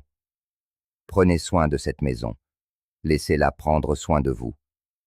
Avec foi, Martha Carter. Et qui... Les yeux de Sophie s'écarquillèrent. Papa, elle a écrit ça pour nous. Ethan sourit doucement. Peut-être pas exactement pour nous, mais peut-être pour des gens comme nous. Des gens qui avaient besoin de recommencer. Ben passa le pouce sur le bord du papier. Alors, cet endroit sauve des gens depuis très longtemps. Ethan regarda autour de lui la cabane, les murs rapiécés, les vitres qui captèrent la lumière de l'après-midi comme une promesse, et il hocha la tête. On dirait bien. Il resta assis un moment, contemplant la lettre, puis il prit la boîte en bois. Les vieux clous grincèrent quand il souleva le couvercle. À l'intérieur se trouvait leur histoire, des fragments d'épreuves, de bonté et de triomphes silencieux. Ceci appartient à cet endroit, dit-il, en plaçant délicatement la lettre parmi les souvenirs. Cela fait maintenant partie de l'histoire. Sophie se pencha tout près, chuchotant. Elle a dit qu'on trouverait une raison de continuer. C'est quoi la nôtre, papa? Ethan eut un sourire lent et pensif. La nôtre est juste ici. Toi, moi et tes frères, veillant à ce que le cœur de cet endroit continue de battre.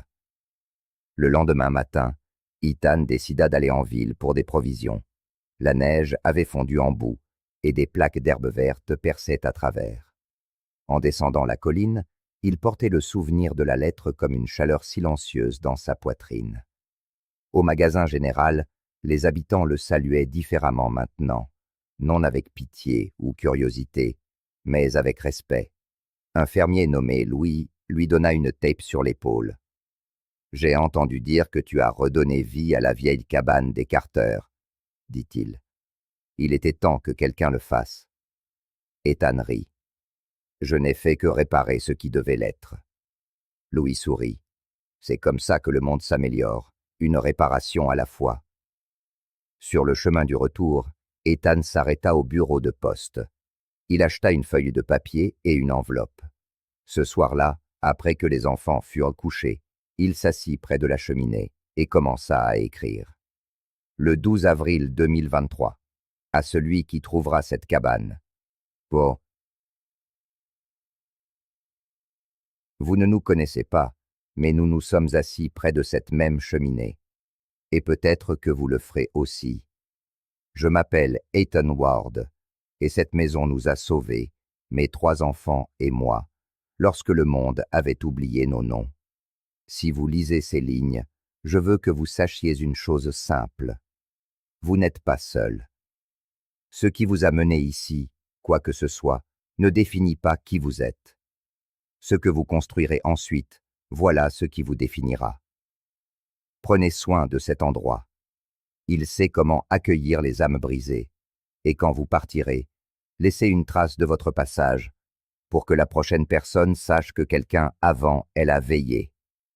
Il plia la lettre et la scella à la cire, tout comme Martha Carter l'avait fait 74 ans plus tôt. Puis, sous le clair de lune, il sortit et l'enterra sous le porche, au pied du premier narcisse qui perçait la terre au dégel. Quand il rentra, Sophie remua dans son sommeil en souriant.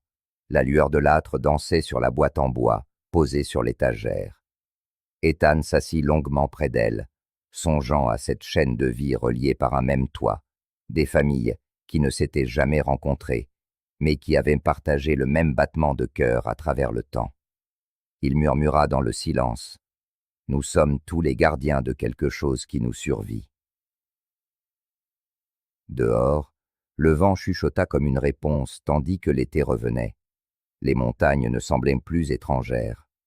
Le toit de la cabane brillait sous le soleil. Le jardin pulsait de vert, et les rires, une fois de plus, se mêlaient au murmure des pins. Un après-midi, Ethan était assis sur le porche, affûtant une hachette. Il réalisa combien le silence semblait différent à présent, non pas vide, mais plein. Noah empilait des bûches près de la remise, le dos plus droit, le pas plus assuré. Ben travaillait à ses côtés, stable et patient, le même garçon qui, autrefois, pleurait lorsque les clous se tordaient. Sophie fredonnait doucement en arrosant les fleurs sauvages qui poussaient le long du sentier. Même Rusty, le chien qu'ils avaient recueilli, était allongé sous le porche, avec une satisfaction paresseuse.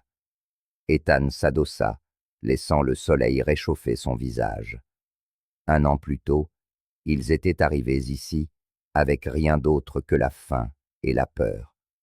Maintenant, il y avait un rythme, non pas celui de la tranquillité, mais celui du sens.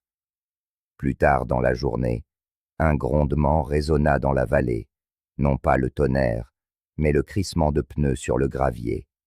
Un camion apparut entre les arbres, sa peinture bleue délavée mais familière. Il s'arrêta juste après la clairière, et Harold, le vieux fermier qui les avait aidés 1 an plus tôt, en descendit. « Eh bien, regardez-moi ça, » dit Harold en sortant lentement du camion. « Je ne pensais pas retrouver la maison des Carter en si bon état. » Ethan sourit et lui tendit la main. « Elle a mieux tenu le coup que nous, » rit Harold. « Je dirais que vous vous êtes reconstruits l'un l'autre. » Il lui tendit un petit sac en papier. « Des pêches fraîches. Ma femme dit que chaque maison a besoin d'un peu de douceur de temps en temps. » Ethan accepta avec gratitude. Elle a bien raison. Les 2 hommes restèrent assis sur le porche un moment, partageant une compagnie paisible et la conversation tranquille de ceux qui ont traversé des années difficiles. « C'est drôle, » dit finalement Harold en regardant les collines. « Comme la vie a ses détours, cette cabane a vu plus de chagrin et de guérison que la plupart des églises. » Ethan hocha la tête, le regard pensif. « C'est peut-être parce qu'elle n'exige rien de personne. Elle reste juste là, à attendre la prochaine âme qui en a besoin. » Harold sourit. « Alors, vous lui avez donné ce dont elle avait besoin, elle aussi. » Un battement de cœur de plus. Ce soir-là, Ethan trouva Sophie assise près de la boîte en bois, traçant du doigt les lettres sur l'une des enveloppes à l'intérieur. « C'est qui, Martha Carter ?» demanda-t-elle doucement. « C'était la femme qui vivait ici bien avant nous, » dit Ethan, s'agenouillant à côté d'elle. « Elle a laissé un mot pour ceux qui viendraient après. Je suppose que c'était nous. »« Tu crois qu'elle peut nous voir ?» demanda Sophie. Ethan regarda par la fenêtre, où la dernière lueur du jour s'étalait sur le sol. « Peut-être pas comme on l'imagine, » dit-il gentiment, « mais parfois, quand le vent souffle dans les arbres d'une certaine manière, j'aime croire qu'elle sait que cet endroit est de nouveau aimé. » Sophie sourit, satisfaite de la réponse, et se blottit contre lui. « Alors, on fait partie de son histoire, nous aussi. »« Oui, ma chérie, » murmura Ethan. « Et un jour, quelqu'un fera peut-être partie de la nôtre. » Le lendemain matin, la vallée s'anima de l'arrivée de visiteurs. La nouvelle du père de la cabane, comme les gens l'appelaient, s'était répandue dans les villes voisines. Une petite équipe de bénévoles arriva pour aider à restaurer le sentier forestier et à préserver la cabane comme patrimoine local. Ils abordèrent Ethan avec chaleur et respect, non avec carité. Il hésita d'abord. La cabane avait toujours été privée, presque sacrée.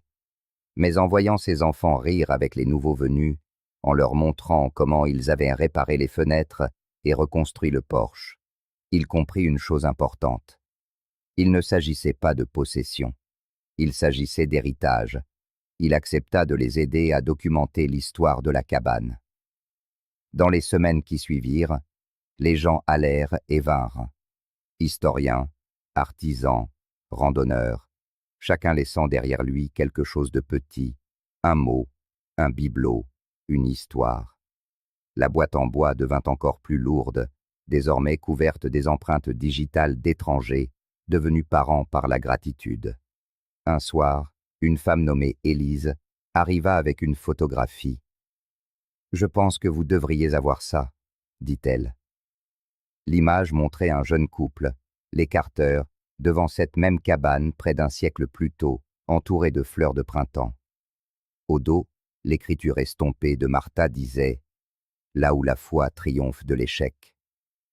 Ethan l'encadra et l'accrocha au-dessus de la cheminée. Cette nuit-là, tandis que le feu crépitait et que ses enfants dormaient tout près, il contempla la photo longuement. Il ne vit pas des fantômes, mais des gardiens, des rappels que chaque génération laisse une parcelle de lumière pour guider la suivante. Il ouvrit une fois de plus la boîte en bois et y plaça un autre objet, une petite pierre lisse du ruisseau, fraîchement gravée d'un seul mot. Continuez. Puis, il referma le couvercle et murmura. Nous continuerons. Dehors, les lucioles commencèrent à s'élever de l'herbe, clignotant au rythme lent du cœur constant de la montagne. Et pour la première fois depuis longtemps, Ethan Ward ne se sentit pas comme un homme qui avait tout perdu, mais comme quelqu'un qui avait été choisi pour se souvenir. Le ciel matinal prit une couleur d'acier avant que l'odeur de fumée n'atteigne la vallée. Ethan coupait du bois près de la crête quand il aperçut un mince filet de fumée s'élever au-delà du versant est, fin d'abord, puis s'épaississant, s'enroulant comme des doigts sombres à l'horizon. C'est en réparant une lame de plancher, quelques jours plus tard, qu'il sentit quelque chose sous ses doigts. Il dégagea la terre avec précaution. C'était une lettre, jaunie et soigneusement pliée, glissée sous le sol. Les bords étaient cassants, l'encre pâlie mais lisible. Il la déplia délicatement. L'écriture était ancienne et élégante. À celui qui trouvera ceci. Si vous lisez ces mots, cela signifie que la cabane a connu une autre vie après la mienne. J'ai construit cette maison de mes mains pour une femme que j'aimais et pour l'enfant que nous avons perdu trop tôt. Je quitte cet endroit, non comme une ruine, mais comme une promesse que même dans la solitude, l'amour peut bâtir quelque chose qui dure. S'il vous plaît, laissez ces murs entendre à nouveau des rires. Laissez la fumée s'élever de la cheminée. Laissez cette maison vivre. Samuel Carter, 1949. Ethan retint son souffle. Carter, le nom gravé au-dessus du cadre de la porte. La famille, qui avait autrefois appelé cet endroit son foyer. Il se rassit, stupéfait. Les enfants, appela-t-il. Venez voir. Ils se rassemblèrent autour de lui, les yeux écarquillés, tandis qu'il lisait la lettre à haute voix. Quand il eut fini, la pièce fut silencieuse. Le feu crépitait doucement dans l'âtre, et un instant, on aurait dit que Samuel Carter lui-même était là, à écouter. Ben rompit le silence. Alors, c'était sa maison. Ethan hocha lentement la tête. La sienne, et maintenant la nôtre. Il l'a laissée pour qu'elle puisse continuer à vivre. Sophie se pencha, touchant la lettre de sa petite main. Il voulait qu'elle soit de nouveau heureuse. Ethan sourit, la gorge nouée. Et je crois qu'elle l'est, enfin. Ben pas. Ce soir-là, il plaça la lettre dans la boîte en bois, à côté de la leur. Le couvercle grinça doucement en se refermant, scellant le passé et le présent ensemble. Plus tard, une fois les enfants endormis, Ethan s'assit près du foyer mourant et regarda les ombres vaciller sur le mur. La lettre avait changé quelque chose en lui. Il se souvint de la nuit où ils étaient arrivés, sans argent, transis, désespérés, et à quel point il avait été proche d'abandonner. Mais maintenant, avec les mots de Carter en tête, il vit la vérité. Ils n'avaient pas seulement survécu dans la cabane. Ils y avaient continué la vie. Ils faisaient maintenant partie du cœur de cet endroit. Dehors, la forêt soupirait dans le vent. La pluie avait cessé. Un rayon de lune filtrait par une fente du toit, touchant la boîte en bois comme une bénédiction. Ethan murmura « Merci, Samuel ». Et pour la première fois depuis très longtemps, il ne se sentit plus seul. Le lendemain matin, il réunit ses enfants sur le porche. L'air était frais, portant l'odeur du pain et de la terre humide. « Nous allons finir ce que Carter a commencé », dit-il. Ben fronça les sourcils. « Tu veux dire, la reconstruire ?» Ethan hocha la tête. « Entièrement, pas seulement pour nous, mais pour tous ceux qui croyaient cet endroit mort. » Alors, ils se mirent au travail. Jour après jour, le son des marteaux résonna dans la vallée. Les voisins revinrent, apportant des provisions, des planches neuves, des clous, des pots de peinture. Harold revint avec sa camionnette pleine d'outils, et Madame Keller apporta des tartes pour leur donner des forces.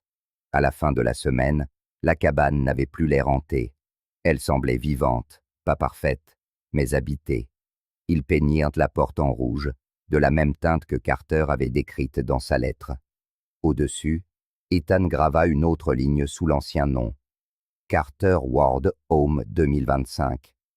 C'était un pont entre les générations, deux familles séparées par des décennies, liées par la foi et par le feu. Ce soir-là, ils allumèrent à nouveau la cheminée. Sophie grimpa sur les genoux d'Ethan, et Noah lui tendit la boîte en bois. « Garde-la en sécurité, papa, » dit-il. Ethan sourit. « Toujours. » Il ouvrit la boîte, posa la lettre de Carter sur le dessus et referma le couvercle. La boîte contenait désormais deux histoires entrelacées, l'une du passé, l'autre encore à écrire.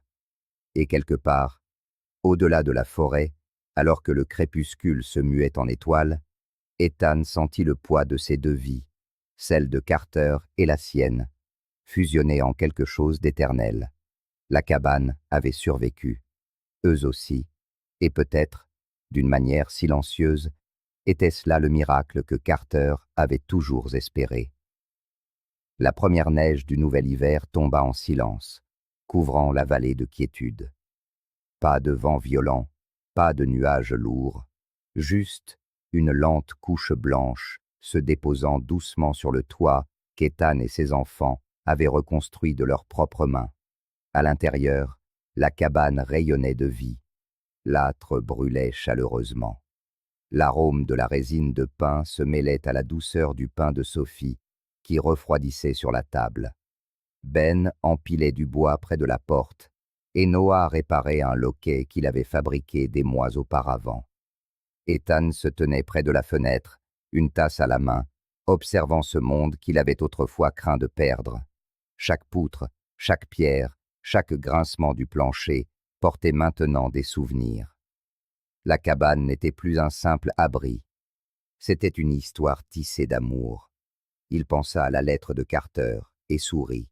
Le souhait du vieil artisan avait été exaucé. Les rires emplissaient à nouveau ses murs. « Papa, » dit Noah depuis le seuil, interrompant ses pensées. « Tu devrais t'asseoir. Tu es debout depuis ce matin. » Ethan eut un petit rire. « Je ne suis plus aussi jeune qu'avant, c'est certain. » Il s'installa dans le fauteuil près du feu, celui que Sophie avait peint en bleu, car, disait-elle, c'était la couleur de la paix. Ben les rejoignit, les mains calleuses mais fermes. « J'ai fini de fendre les bûches. On devrait tenir jusqu'à la fin du froid. » Ethan hocha la tête, fier. Vous avez accompli plus que je n'aurais jamais osé rêver. Sophie s'approcha, cachant quelque chose dans son dos. Ferme les yeux, papa. Il obéit, amusé. Quand il les rouvrit, elle plaça dans sa main une petite sculpture, un cœur en bois au bord brut, mais magnifique. Je l'ai fait avec le dernier morceau du plancher cassé, dit-elle timidement, pour que tu te souviennes toujours d'où on est parti. Ethan sentit sa gorge se serrer. Ma chérie, je ne pourrai jamais oublier. Il plaça le petit cœur dans la boîte en bois, à côté de la lettre de Carter et de la coupure de journal pliée du jour où le reporter avait écrit sur eux. Chaque artefact racontait une histoire de perte, de reconstruction et de grâce. Dehors, la neige s'intensifiait, enveloppant la forêt d'une lumière argentée. Ce soir-là, les habitants de la ville se réunirent une fois de plus à la cabane. C'était devenu une tradition, un repas communautaire chaque hiver pour célébrer ce qu'ils appelaient maintenant le jour de la cabane. Il y avait des rires, des bols fumants de ragoût, le son d'un violon et des bottes qui frappaient le rythme sur le porche. Les mêmes personnes qui chuchotaient autrefois sur ce père désespéré prononçaient maintenant son nom avec respect. Harold leva sa chope.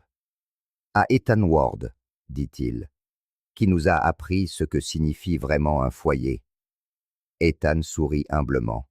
« Au foyer, répondit-il doucement, et aux mains qui la maintiennent debout. » La joie qui s'ensuivit réchauffa la nuit plus que le feu ne l'aurait jamais pu.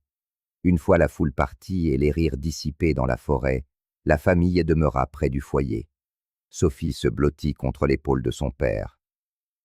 « C'est de nouveau si calme, » murmura-t-elle. Ethan acquiesça d'un signe de tête. « Le silence est bon. Il signifie que le monde se repose. » Noah contempla les flammes. « Et l'année prochaine, papa, qu'est-ce qu'on fera ?» Un léger sourire se dessina sur les lèvres d'Ethan. « Nous verrons bien. Ce lieu n'est pas un aboutissement, c'est un commencement. » Le lendemain matin, la neige avait cessé de tomber. Une fine brume flottait sur la vallée et les rayons du soleil perçaient à travers les arbres. Ethan sortit, ses bottes s'enfonçant dans la neige fraîche. Son regard se porta sur l'horizon, là où le vieux chemin forestier disparaissait entre les pins. Derrière lui, la cabane se dressait, fière. De sa cheminée montait un filet de fumée continue, un signe de vie dans le silence glacial. Il glissa la main dans la poche de son manteau et ses doigts effleurèrent la clé de la cabane. C'était celle-là même qu'il avait trouvée des mois auparavant, enterrée sous le porche. L'usage l'avait depuis rendue lisse et polie. « Merci, » murmura-t-il de nouveau.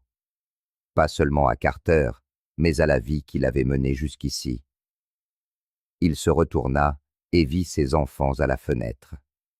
Ils lui faisaient signe, les visages rayonnants de cette joie que l'on ne gagne qu'à travers l'épreuve. À cet instant, Ethan comprit quelque chose de bien plus profond que la simple survie. Ce n'était pas la cabane qui les avait sauvés, c'était ce qu'ils étaient devenus en la reconstruisant.